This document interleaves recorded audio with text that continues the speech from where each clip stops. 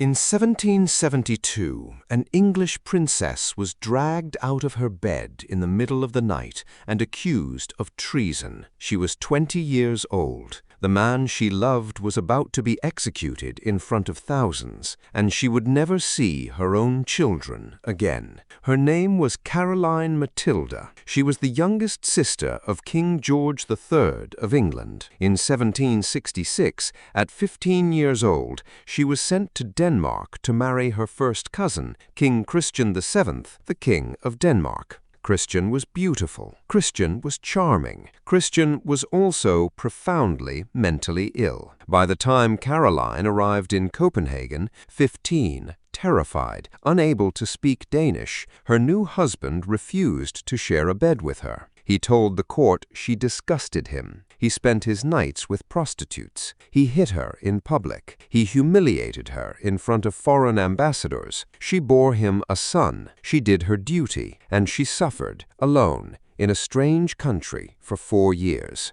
Then, in 1768, the king's mental health collapsed. A young German physician named Johann Friedrich Struensee was summoned to treat him. Struensee was 30, brilliant, handsome. What he did not expect was to meet the Queen. Caroline Matilda was 19. She was lonely. She had been starved of affection for years, and Struensee was the first man in Copenhagen who looked at her, really looked at her, and saw a woman. Within months, they were lovers. As the king sank deeper into madness, Struensee did not just become the queen's lover, he became the de facto ruler of Denmark. He abolished torture, he freed the press, he overturned centuries of tradition, and Caroline rode through Copenhagen dressed as a man beside him. The Danish court was horrified. The king's stepmother, Queen Juliana, watched from the shadows and waited.